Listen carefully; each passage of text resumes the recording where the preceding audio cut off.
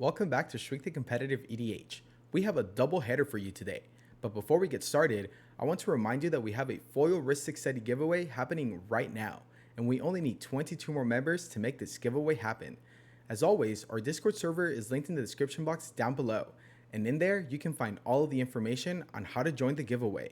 So tell your friends and hop on over to our Discord server and you could be the proud owner of a foil RHYSTIC SETI from the Commander's Arsenal set.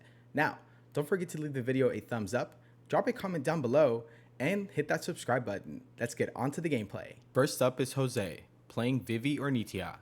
This new Final Fantasy commander is here to brew up a storm.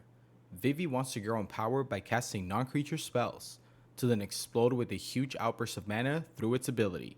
They are looking to cast a Curiosity effect to draw through most of their decks, and finish out the game with an Underworld Breach and Brain Freeze combo. Next up is me, playing Rograk Thrasios. This mostly Simic list focuses heavily on Gaia's Cradle, but can also generate a ton of value through Earthcraft and cards like Chatterstorm and Wild Growth. We are looking to close out the game by generating infinite mana, to then go through an Underworld Breach and Brain Freeze combo to mill our opponents out, or cast a ginormous Finale of Devastation and close it out through combat damage. Next is Lane, playing Sephiroth the Savior, or Atraxa Grand Unifier. This food chain deck is looking to gain value through its commander. They want to explode with mana in their early game, and cast their commander as soon as possible to assemble the food chain combo. They are looking to close out the game with a Protected Thassa's Oracle and Demonic Consultation or Tainted Pact combo. Finally, we have Anthony, playing Timna Krom, better known as Blue Farm. This Sans Green list accrues a ton of value through one of its many engines. This particular list is looking to go fast with cards like Birgi, God of Storytelling, Reign of Filth, and Necropotence. They are looking to close out the game with an Underworld Breach combo before their opponents have time to set up their engines. The players are ready to go, and I have a pregame action. I play at Gemstone Caverns, pitching a Song of Creation. Jose draws and places City of Traders as land for turn. He casts an Arcane Signet, shipping the turn over to me. I cast my commander, Rograk, Son of Roga, and cast a Mox Amber, shipping the turn over to Lane. He plays a Bloodstained Mire and ships the turn to Anthony. Anthony plays a Misty Rainforest. He casts a Lion's Eye Diamond. He cracks the Misty Rainforest, and Lane cracks his Bloodstained Mire in response. He grabs a Bayou, and Anthony grabs an Underground Sea, shipping the turn over to Jose. Jose draws a card. He floats 2 mana and plays a Wooded Foothills, sacrificing the City of Traders. He fetches up a Volcanic Island and taps out to cast his commander, Vivi, and passes the turn over to me. I respond in his end step by casting a Crop Rotation, sacrificing the Gemstone Caverns. I fetch up a Gaia's Cradle and move to my turn. I play an Emergent Zone as land for turn, and pay 3 mana to cast a Phyrexian Metamorph. It enters the battlefield as an Arcane Signet, and I ship the turn. Lane plays a Command Tower, and he casts a Demonic Tutor. The Tutor resolves, and he fetches up a Mystery card into his hand, shipping the turn back over to Anthony. Anthony draws. He plays a Plateau as land for turn, and casts an Arcane Signet, shipping the turn back over to Jose. Jose draws and plays a Minamo. He casts a Curiosity, targeting Vivi. With no responses from the table, the Curiosity resolves. Jose casts a Dramatic Reversal. Vivi triggers, and we each take 1 damage, and it gets a 1/1 counter. Curiosity triggers, and Jose draws 3 cards. Dramatic Reversal resolves, and he untaps his Arcane Signet. Vivi gets a counter, and we each take 1 from the original Curiosity cast. Jose casts a Snap, targeting Rograk. Vivi triggers, and we each take 1 damage, and it gets a 1/1 counter. Curiosity triggers, and Jose draws another 3 cards. Rograk gets bounced back to my hand, and Jose untaps 2 lands. He pays 2 mana to cast a Pyretic Ritual. Vivi triggers, and it gets a 1/1 counter, and we each take 1 damage. Curiosity triggers, and Jose draws 3 cards. Jose casts a Chromox. Vivi triggers, and the same thing happens. He draws 3, we take 1 damage. He casts an Urza's Bauble. Vivi triggers, we take our damage, it gets a 1/1 counter, and he draws 3 cards from Curiosity. Because of the nature of most Izzet Storm decks, it is non-deterministic, and Jose is forced to play it out until he finds a way to close out the game, or he will simply need to pass the turn. However, he has drawn about 1,000,000 cards with Curiosity, so it's looking pretty grim for the rest of the table. He will continue casting non-creature spells, hoping to hit either a ritual or a 0-mana spell, so that he can continue the Manual Storm. Since Vivi was activated earlier in the turn, he is unable to generate a ton of mana and is forced to find a way with rituals and free spells. Meanwhile, the rest of the table is sitting. hoping that Jose will whiff and be forced to pass over the turn. Jose casts a Lionside Diamond, going through the same triggers and drawing 3 more cards. This time, Jose casts an Underworld Breach. The same triggers happen, he puts a counter on Vivi, we each take 1 damage, and he draws 3 cards through Curiosity. Jose proceeds to cast a Gamble. This is able to close out the game because he already has the Lionside Diamond and the Underworld Breach, so even if he discards the Brain Freeze, he is able to cast it out of the graveyard with Breach and begin milling out his entire library, to then close out the game with a Thassa's Oracle. The Manual Storm pays off, and Jose wins the game before his opponents even see their 3rd turn. Wow, that was a quick game. Vivi, like many other Izzet commanders, just seemed to be one of those on-site commanders. You either have to kill it right away, or sometimes just not even let it resolve, otherwise the game can be over very, very quick. What a great showing for Vivi, and Jose did an excellent job piloting the deck. Even though he had to use that Vivi activation early on in the turn, he was able to continue the storm through cheap spells that he drew with Curiosity. Congrats to Jose on the win, and we definitely have time for another game. We're going to switch on some commanders, and we'll see you at the end. First up is Anthony, on Kark the Thumbless and Tymna the Weaver. This is a mid-range Mardu list that has the option to pivot between commanders depending on their opening hands. It can grind up value with Tymna using cards like Delny and Rev, or it can explode with some insane synergy with Kark, using cards like Tyrant Scoundrel and Harmonic Prodigy to copy spells and get major value.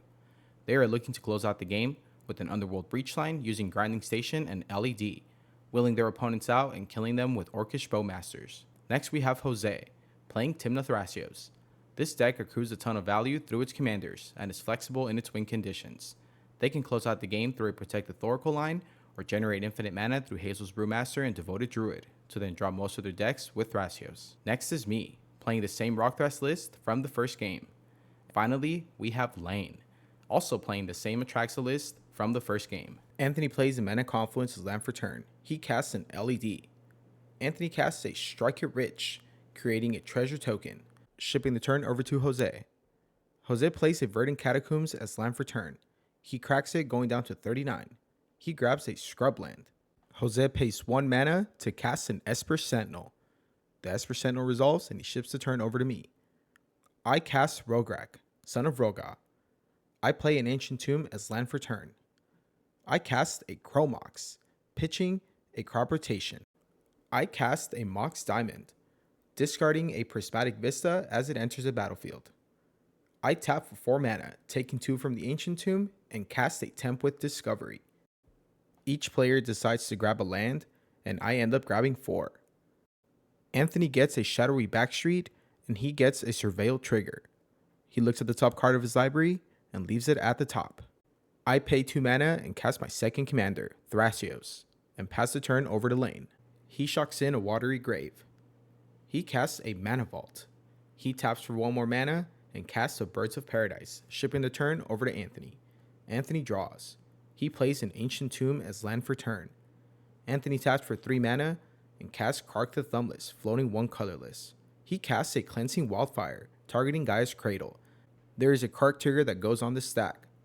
Anthony flips a coin and wins the coin flip, making a copy of the Cleansing Wildfire. The copy targets the Deserted Temple. That resolves and the Deserted Temple gets destroyed. I search my library and grab a basic island. I respond to the original Cleansing Wildfire with a Deflecting Swat, targeting the Cleansing Wildfire. That resolves and I target Anthony's Ancient Tomb. The Ancient Tomb gets destroyed and Anthony fails to find a basic land. Anthony ships the turn back over to Jose. Jose casts a Lotho, Corrupt Sheriff. He casts a Mox Amber. This triggers the Lotho and he loses a life and makes a treasure token. He casts an Arcane Signet and uses it to cast a Birds of Paradise, shipping the turn back over to me. I play a Manamo as land for turn. I spend 2 mana to cast a Malevolent Rumble, revealing the top 4 cards of my library and putting a permanent into my hand. I reveal 4 permanents and I grab a Seedborn Muse and put that into my hand and create a 0/1 Eldrazi spawn. I cast a Seedborn Muse, and before I pass my turn, Anthony casts a Swords to Plowshares, targeting the Seedborn Muse. There is a Kark trigger that goes on the stack, and Anthony flips a coin. Anthony wins the coin flip and he makes a copy of the Swords to Plowshares. That one targets the Esper Sentinel. It resolves, and the Esper Sentinel gets exiled. Jose gains 1 life, and I respond to the original Swords to Plowshares with a Thrasios activation. Gaia's Cradle untaps through Minamo, and I use 4 mana to activate Thrasios. I reveal a Spellseeker and draw that card. I use the remaining mana to activate Thrasios again, revealing an Oboro Breezecaller. I draw that card, and the Seedborn Muse gets exiled by the Swords to Plowshares, gaining 2 life. I ship the turn, and Lane plays a Mana Confluence as land for turn. He taps for 7 mana and casts his commander, Atraxa, Grand Unifier. With no responses from the table, Lane reveals the top 10 cards of his library and grabs 1 of each card type. We basically have a turn before Kitten and Atraxa start doing terrible things together. Lane moves to his end step and discards 3 cards. Anthony moves to his turn and plays a City of Brass as land for turn. He casts a Mox Diamond, discarding a Blood Crypt as it enters the battlefield. Anthony casts a Kark's Thumb. Lotho triggers and Jose makes a treasure token. Anthony ships a turn and Jose plays a Mana Confluence as land for turn.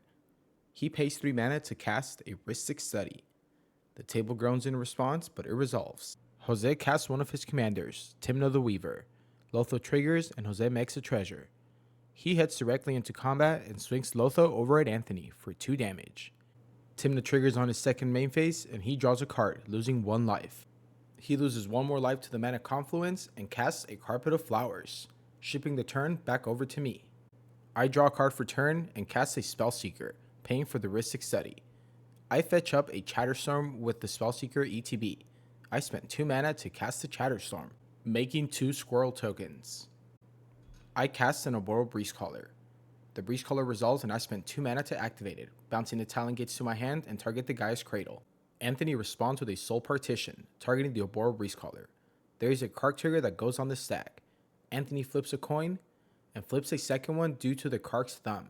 He wins the second flip and copies the Soul Partition. The copy targets the Atraxa Grand Unifier. This one resolves and the Atraxa gets exiled. The original resolves and the Oboro Breezecaller gets exiled. The Breezecaller activation resolves and I untap my Gaia's Cradle. I spend some more mana to recast the Oboro Breezecaller. The Breezecaller resolves and I activate it, spending 2 mana, bouncing the Ancient Tomb back to my hand, targeting the Gaia's Cradle. Jose responds with a Silence. We get Silence for the turn and the Breezecaller activation resolves, untapping Gaia's Cradle. I activate Talon Gates of Madara and place it onto the battlefield directly from my hand. Talon Gate ETB targets Timna and it phases out. I activate the Breezecaller by paying 2 mana and bounce the Talon Gates to my hand and target Gaia's Cradle. I present a loop where I generate infinite green mana and phase out all of my opponent's creatures. Even though we're silenced this turn, I will present the same loop during lane's upkeep to generate infinite mana, and will draw most of my deck with Thrasios. I will close out the game with an Underworld Breach and Brain Freeze combo, milling my opponents out to then force him to draw a card with Fairy Mastermind, and I win the game. And there's the game. Temperate Discovery was definitely the MVP of that one. It allowed me to explode with mana early in the game, and allowed me to push for a win before too many engines were set up. I was able to push through that RHYSTIC Study because of the ridiculous amount of mana that I was making early in the game, which allowed me to pay for all of those triggers. Thank you all so much for watching. If you're enjoying our content, don't forget to leave us a like, drop a comment down below, and hit that subscribe button. We are over 300 subscribers in our channel, and we cannot thank you enough for all the support that we have been receiving lately. We will see you all in the next one. Peace!